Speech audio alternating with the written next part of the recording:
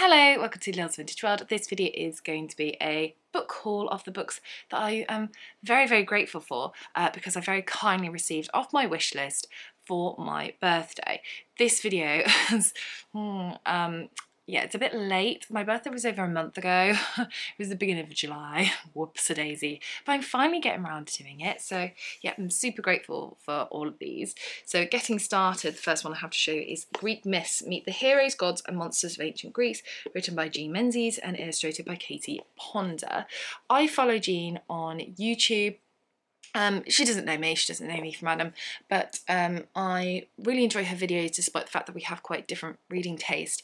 I particularly enjoy watching her PhD vlogs, and I really like the way that she talks about ancient history, so I thought I would really enjoy her book, and it's always nice to support creators, isn't it? So this was on my wish list. Now, I am someone that wants to learn more about ancient Greek, Roman and ancient Egypt, and I always say a great access point is through children's literature because it has to be more accessible. So here we are. Then I received The Caravanners by Elizabeth von Arnim. I love Elizabeth von Arnim. I've read a few of her books now, and despite The Enchanted April probably being the most well-known of what I've read, I really loved Elizabeth and Her German Garden and Father.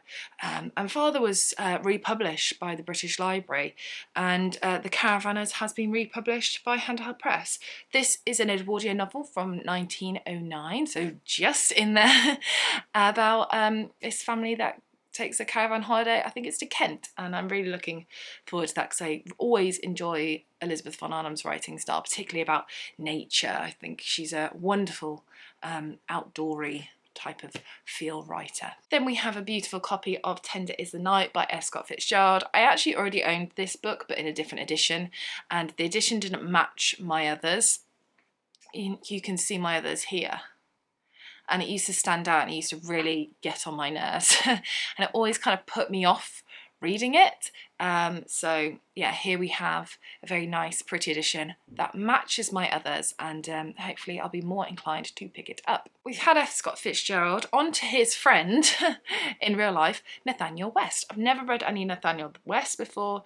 This is Miss Lonely Hearts. I think this is from the 30s originally, about a man who writes the kind of problem pages, the agony aunt things.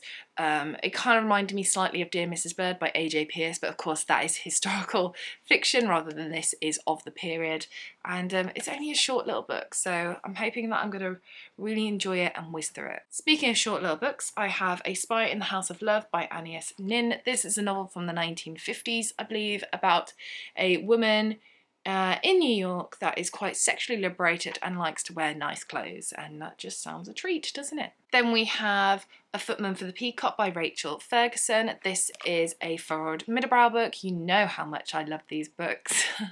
You should see my wish list. It is genuinely just a load of these, because there's 100 almost. Is it almost 100 or just over 100? But it's around the 100 titles now, and yeah, there's a lot. This was the first ever one that they republished. I think it was 2016? Yeah, 2016.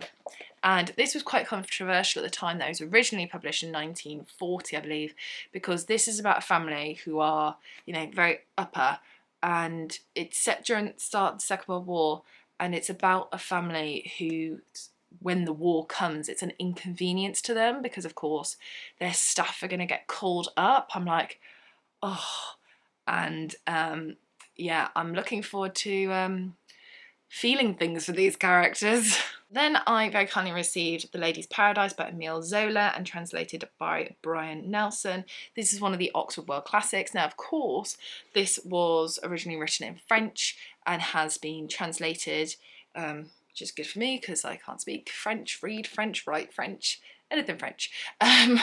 Even though I did it at school, cannot remember anything. I know it's terrible. But I want to make sure that I have a really good translation, and I very much trust the Oxford World Classics. My mum actually already owns this book, but she owns the TV cover version.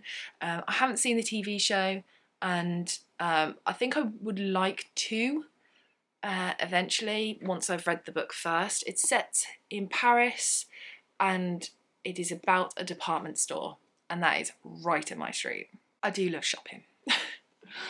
And then last but not least, I have Dangerous Lady by Amy Licence. Amy Licence has written some fantastic non-fiction on so many different eras of history, predominantly Tudor. And I have loved so many of them and given so many of them 5 out of 5 stars. And when I knew that there was going to be historical fiction, I was very excited, and this went straight on the wish list. So this book is set in 1527, so at the time of Henry VIII. He is married to Catherine of Aragon, but has Anne Boleyn as mistress.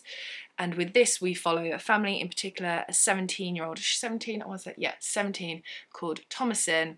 And her family, I believe, is Catholic and very much on the side of Catherine of Aragon. But she falls for a young gentleman who is ward to Thomas Boleyn, and therefore she kind of feels tied between her family and her love. And yeah, I'm excited to read it, because if I love this fiction as much as I love her non-fiction, wow.